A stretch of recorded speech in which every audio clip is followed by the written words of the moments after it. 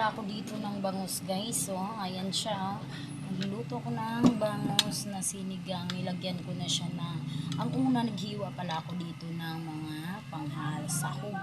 Ayan siya, ayan may siling green at nilagay ko na rin dito lahat ng sahog like sibuyas, ayan. May sibuyas na ako nilagay dito, loya, ayan. Mas una ko siyang nilalagay ng mainit na tubig. Sa heater na nga lang ako mag-init guys para pas madali. Kasi ako madali lagi kasi nasa tindahan nga ako dahil gaw nagtitinda nga ako. Ayan siya. Mas madalas akong magmamadali pag ako'y nagluluto. Siyempre ang tanglad hindi nawawala dito kasi para mawala yung lansa pag ako'y nagsabaw guys. May mga sabaw hindi mawawala sa akin yung tanglad. Ayan no, ang init-init, no, di ba?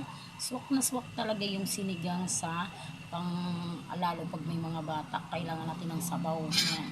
Swak na swak lalo na ngayon, medyo malamig ang panahon, paulan-ulan pa rin dito sa Quezon City, guys. Ayan. Tingnan niyo guys, oh. Ayan, ang laki ng mga bangus. Ang laki ng mga bangus, guys. Ayan siya.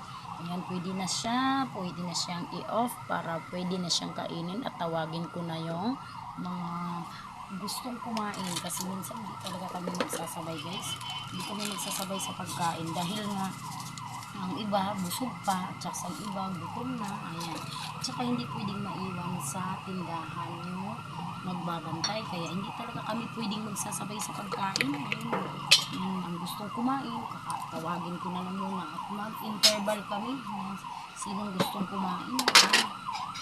Yung mga gustong kumain, pakainin ko na sila. At ako naman ang magbabantay o minsan ako ang mas maunang kumain.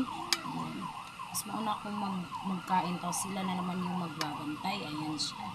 Ayan, oh, sarap na siya. Oh. Tingnan niyo guys. Oh, ayan, ang kangkong favorite ng mga anak ko yan at asawa ko. Ayan. Ayan siya. Oh, diba? Sak na sak. Ayan.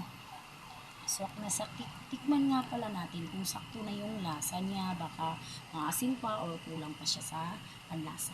Tikman natin. Medyo kulang pa yan siya sa asin guys. Dagdagan ko pa siya ng asin konti. Dagdagan ko siya ng asin, baka maubos ko ito lahat ng asin. Yan. Pero baka kasi minsan sakto na siya. Tapos alam niyo na guys yung mga ngayon iodize, di ba?